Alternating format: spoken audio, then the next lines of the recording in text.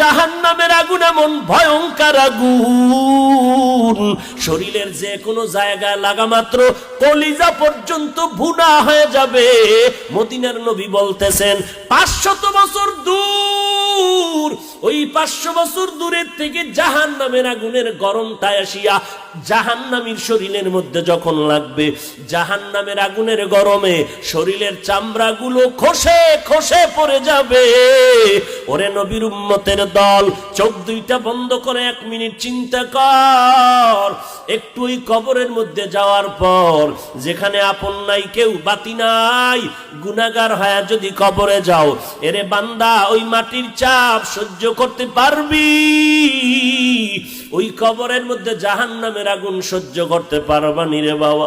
আল্লাহর কাছে ক্ষমা চাও, ও আল্লাহ আমার মতো দুর্বল আর কেউ নাই, একটা বেতের বাড়ি সহ্য করতে পারি না, জাহান্নামের আগুন আর কেমন করে সহ্য করব?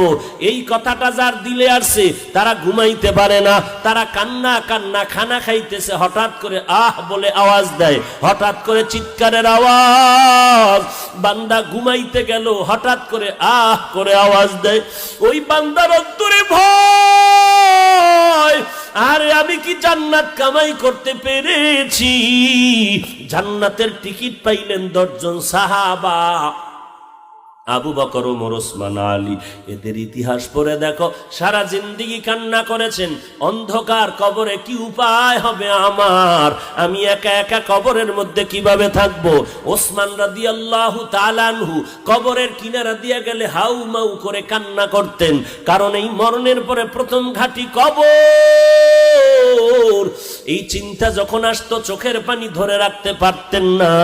এরে আল্লাহর বান্দা, নবীর তরিকা মতো চললে ব্যবসা বাণিজ্য বন্ধ হবে না, লেখাপড়া স্কুল কলেজ বন্ধ হবে না, নবীর তরিকা মতো চললে কারো চাকরিও নষ্ট হবে না। ও আল্লাহর বান্দা, তওবা করে নাও, জীবন চলে যাবে, গলায় ছুরি আসবে, আর জীবনে নামাজ ছাড়ব না।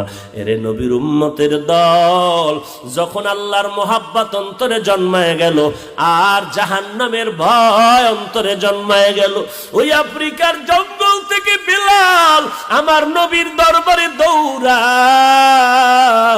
আমার নবীর মোহাব্বতে পাগল হয়ে গেলেন বেলাল। মসজিদে নববীর মধ্যে আজান দেয় নবীর আশিক,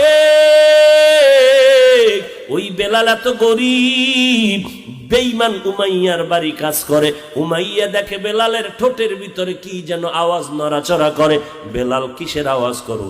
বলে, আমি আমার মালিকের নাম স্মরণ করি, আল্লাহর জিকির করি।